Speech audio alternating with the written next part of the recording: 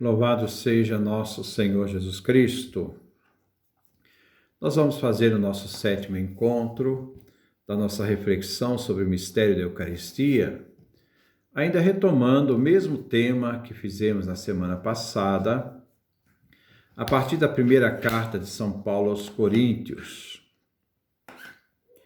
Eu gostaria novamente de poder refletir com vocês a primeira carta aos Coríntios, no capítulo 11, do versículo 23 até o versículo 26. E depois nós vamos voltar um pouco ao texto, no capítulo 10º da primeira carta aos Coríntios, do versículo 16 ao versículo 17, para dar uma complementariedade àquilo que nós estamos refletindo. Vamos fazer então uma reflexão sobre a questão da memória, anamneses, e depois terminarmos com Papa Pio XII sobre o mistério da Eucaristia no Mediator Dei. Ouçamos novamente o texto de Paulo. De fato, eu recebi pessoalmente do Senhor aquilo que transmiti para vocês. Na noite em que foi entregue, o Senhor Jesus tomou o pão. Depois de dar graças, o partiu e disse: Isto é o meu corpo que é para vocês. Façam isto em memória de mim. Do mesmo modo, após a ceia, tomou também o cálice, dizendo: Esse cálice é a nova aliança no meu sangue. Todas as vezes que vocês beberem dele, façam isso em memória de mim. Portanto, todas as vezes que vocês comem deste pão e bebem deste cálice, estão anunciando a morte do Senhor até que ele venha. Logo em seguida, nós vamos retomar o texto do capítulo 10, versículos 16 e 17. O cálice da bênção que nós abençoamos não é comunhão com o corpo, com o sangue de Cristo? O pão que partimos não é comunhão com o corpo de Cristo? E como há um único pão, nós, embora muitos, somos um só corpo, pois participamos todos deste único pão. Este último texto nos mostra que a Eucaristia, ela faz a unidade da Igreja. Nós, embora muitos, na realidade do pão, nos tornamos um em Cristo. Lembrando que Jesus também falava lá no Evangelho de João, capítulo 17, Pai, que eles sejam um, como nós somos um. Então, olha a expressão, Pai, que eles sejam um, uma unidade. Como nós, primeira pessoa do plural, nós somos, o verbo ser acompanha a pessoa. Nós somos o quê? Um, uma unidade. Quando ele diz nós somos, faz a diferença, faz a distinção de pessoas. Pai, filho, distintos. Não se confundem. O pai tem uma propriedade diferente daquela do filho. Qual é a propriedade do pai? O pai é pai porque gera. O filho é filho porque gerado. Ora, aquele que gera o pai não é o mesmo daquele que foi gerado o filho, porque um é o pai, outro é o filho. E olhando essa distinção de pessoas, pai e filho, Jesus diz, nós somos um, uma unidade. O pai e o filho formam uma unidade única, inseparável. Este que é um, pai e filho, é também aquele que pede que sejamos um. A Eucaristia gera essa unidade. Então, São Paulo diz, o cálice da bênção, o cálice da Eucaristia, que nós abençoamos, não é a comunhão com o sangue de Cristo? A koinonia, a comunhão, que gera esta unidade, e gera esta unidade com o próprio sangue do Cristo. Nós participamos deste sangue na Eucaristia. O pão que partimos, o pão da Eucaristia, não é comunhão com o corpo de Cristo. Na Eucaristia, participamos deste corpo de Cristo. Nos tornamos membros desse corpo, desde o batismo. Formamos esse corpo de Cristo.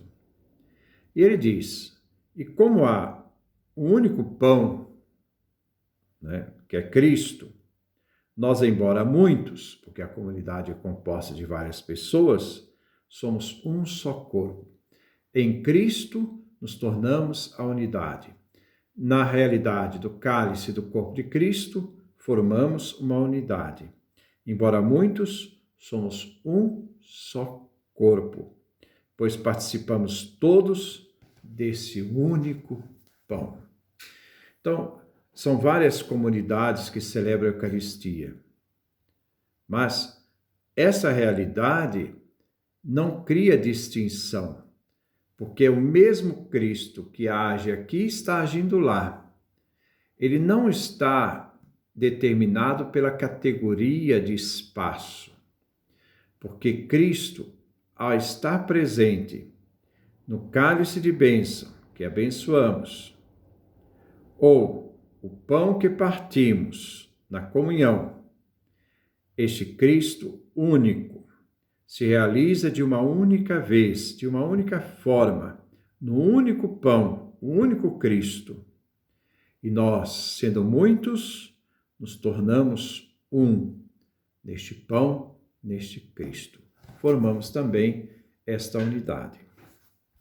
A realidade é que, para ser portador de salvação, né, a Eucaristia, né, teria que ser a própria realidade do Cristo. Só Deus é portador de salvação. Cristo, como Filho de Deus, é portador da salvação pela sua divindade, que conduziu a humanidade à perfeita obediência e ali venceu a morte e nos deu a vida. Por isso, São Paulo, agora já voltamos ao capítulo 11, está nos dizendo que Jesus tomou o pão, deu graças, o partiu e disse, isto é meu corpo que é para vocês. Eu não vou repetir a reflexão que eu fiz na semana passada, então só quero lembrar. E agora Paulo diz, façam isto em memória de mim. Essa palavra memória, anamnesis, não é uma recordação saudosa daquele ato, aquele ato cruel da morte de Cristo na cruz. Não. Se trata de uma memória, e é isso que nós vamos refletir. Do mesmo modo, após a ceia, então no final da ceia, depois que terminou a ceia, tomou também o cálice, dizendo, este cálice é a nova aliança no meu sangue. Todas as vezes que vocês beberem dele, façam isto em memória de mim.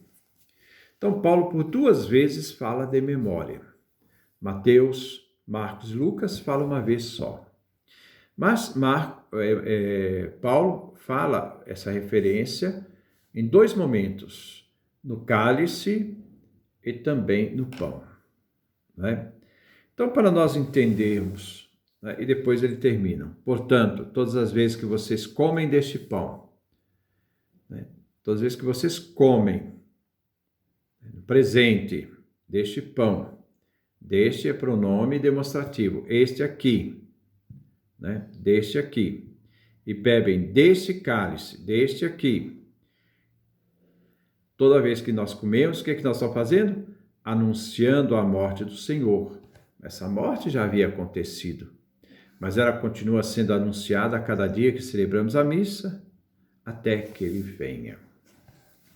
Então agora, diante disto, nós queremos refletir um pouquinho sobre essa questão da memória. Eu gostaria, eu estou usando aqui um livro, é da minha época das edições paulinas, mas não sei se hoje ela é da Paulus, eu ainda não sei, mas que é muito interessante a gente poder olhar, Eu estou usando esse livro aqui, A Eucaristia na Bíblia, São vários autores, dos cadernos bíblicos. E lá, num determinado momento, o autor fala sobre essa questão da anamnesis, da memória. Ele faz uma comparação entre o judaísmo e depois o cristianismo. Celebrar a memória não é celebrar uma lembrança do passado, saudoso, triste, não. Celebrar a memória é atualizar o ato salvífico presente no meio de nós, porque a ação de Deus escapa ao tempo, porque a ação divina não é temporal, ela se manifesta no tempo, mas ela é divina, ela escapa ao tempo. A memória, quando nós celebramos a Eucaristia, que Cristo celebrou e o mistério da sua cruz, vem atualizada e realizada no meio de nós, nós dizemos de uma forma não cruenta, mas de uma forma incruenta. Vejamos o que o autor nos diz lá na página 48. Na mentalidade dos antigos, a comemoração, a anamnese, não é uma simples lembrança, mas um modo de recriação do que é comemorado. Então, é um modo de criar novamente aquilo que é comemorado. Nós participamos daquele mistério hoje, inseridos no Kairos divino, no tempo divino, e participamos daquela realidade que aconteceu hoje. Vamos lá. Então diz, é mais um modo de recriação do que é comemorado. Recriação para mim, criação novamente para mim, para nós, se a anamnese for comum. Como a Eucaristia é uma celebração da comunidade, então a anamnese é comum, uma comemoração para nós. Israel, desse ponto de vista, não escapa à regra. Seu calendário, originalmente um calendário agrícola, fundado sobre o ciclo natural e a volta das estações, foi enriquecido por um aspecto histórico e comemorativo fácil de ser transposto. Onde quer que se encontre um judeu, em qualquer época em que vivia. Em toda geração, cada israelita deve se considerar como tendo ele próprio saído do Egito. É uma vivência real, presente. Se as estações mudam, Israel, devido à sua aliança, sabe e lembra sem cessar que tudo pode mudar em seu destino coletivo, desde que Deus, Criador das estações e do tempo, intervenha diariamente em sua história. Agora vem. Somente Israel estabeleceu relações com seu Deus, sobre uma lembrança sem cessar reatualizada, sobre uma anamnese. Então, as relações com Deus, com Israel, era uma lembrança sem cessar, sempre reatualizada, atualizada novamente. E quando se celebrava a Páscoa, se vivia intensamente aquele momento dessa experiência da saída do Egito e renovava a fé. Portanto, não devemos opor o fato de celebrar a Eucaristia em memória de Jesus ao itinerário do fiel que pela ceia visa se ligar para a sua salvação e a de seus irmãos ao ato redentor. Enquanto comemoração deste último, a Eucaristia traduz algo bem diferente do que uma recordação de Jesus destinada a alimentar a piedosa melancolia de seus antigos adeptos. Não é uma recordação.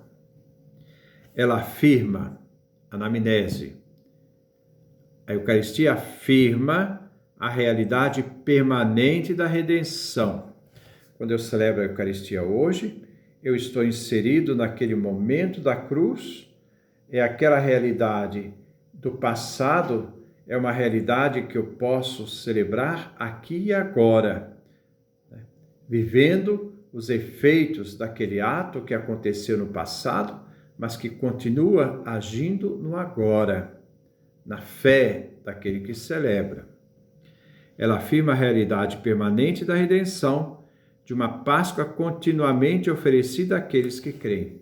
Então, cada Eucaristia é uma Páscoa, e Jesus está ali se oferecendo, a nós, naquela Eucaristia, e nós, vivendo no hoje, estamos participando da mesma realidade daquele momento em que Cristo morreu na cruz por nós. Estamos passando da mesma realidade da ceia que Jesus celebrou com os discípulos. Então, não há barreira para o tempo. O tempo, ele deixa o seu critério limitado para assumir um significado muito mais profundo. Então, ele deixa de ser cronos para ser um kairos, um tempo fecundo de Deus que não se perde na cronologia, mas que se atualiza sempre quando celebramos a Eucaristia. Eu termino, então, lembrando, na obra Mediator Dei, de Pio XII, número 66. O terceiro fim, da Eucaristia é a expiação e a propiciação. Certamente nenhuma pessoa fora Cristo podia dar a Deus onipotente satisfação adequada pelas culpas do gênero humano. O que significa? Significa que só Deus salva. E só Cristo podia dar a Deus onipotente uma satisfação adequada, porque ele tinha que ser Deus, que conduziu essa humanidade à perfeita obediência, onde seu corpo não foi gerado no pecado, não possuía pecado. Ele se fez pecado, mas não possuía o pecado. Então, só Cristo podia dar a Deus onipotente satisfação adequada pelas culpas do gênero humano, porque ele, não tendo pecado, se fez pecado por nós e morre na cruz. Ele, pois, quis imolar-se na cruz. Ele quis. É um ato livre. Ninguém o obrigou, nem o Pai o obrigou. Mesmo quando ele estava no horto, quando ele dizia, Pai, se for possível, afasta de mim este cálice, nessa realidade humana do sofrimento que se aproximava da cruz, da vergonha, da dor. Mas Jesus sempre disse, mas seja feita a tua vontade e não a minha. Então Jesus se prontifica livremente a se oferecer a si mesmo por nós, embora nós não o mereçamos. É como eu disse essa semana, estou falando para o nosso povo aqui na nossa semana, eu não mereço o amor de Deus, mas eu preciso desse amor, eu quero esse amor.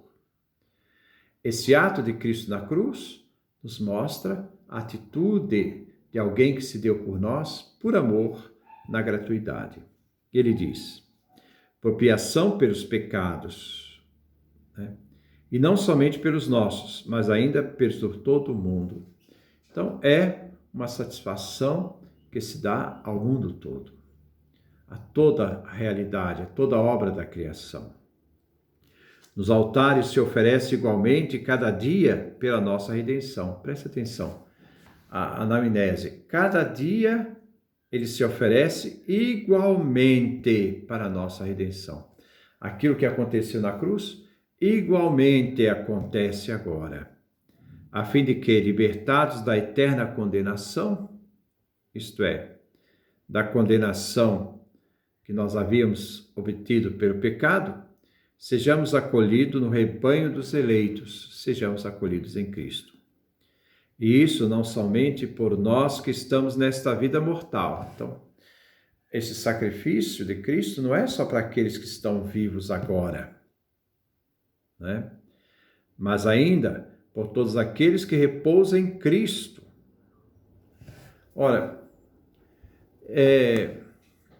às vezes eu falo sempre nas missas de sétimo dia, quando nós rezamos por alguém que morreu no tempo, porque fulano de tal morreu no tempo, nós estamos no tempo. Tempo é uma categoria das criaturas. Nós morremos no tempo. Mas quando nós morremos no tempo, nós estamos sempre em súplica por aquele que está na memória e no coração de Deus. Deus não tem amnésia nem mal de Alzheimer, senão Deus seria um doente. E doença é o limite da criatura, não é do Criador.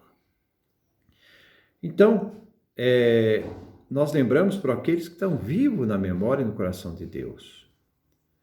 E quando nós suplicamos para aqueles que estão vivos na mente e no coração de Deus, nós também estamos suplicando por nós, porque ao mesmo tempo que nós suplicamos a misericórdia por eles, nós também estamos suplicando a misericórdia por nós, que também vamos seguir o caminho. Então, a presença da realidade de Deus, na mente de Deus está toda a humanidade. Ele não esquece, todos estão no coração de Deus. Essa súplica por aqueles que morreram é justamente esse conhecimento de que, se estamos no limite do tempo, em Deus, as pessoas estão vivas, no presente de Deus, na realidade real de Deus, no presente de Deus, na presença de Deus, eles estão vivos na memória e no coração dele. Estão vivos em Deus. Nos altares se oferece igualmente cada dia pela nossa redenção, a fim de que, libertados da eterna condenação, sejamos acolhidos no rebanho dos eleitos. E isso não somente por nós que estamos nesta vida mortal, agora vem, mas ainda por todos aqueles que repousam em Cristo, os quais nos precederam com o sinal da fé. Porque antes de eu crer, eles creram antes de mim. Eles são antecessores da fé que eu professo. Então, eles também participam da realidade do Cristo e dormem o sono da paz. Pois quer vivamos, quer morramos, diz São Paulo, não nos separamos do único Cristo, né? Então, em qualquer momento da nossa existência, seja pela vida, seja pela morte, somos sustentados por Jesus Cristo. Que Deus nos dê a sua graça, a sua bênção, a sua face resplandeça sobre nós.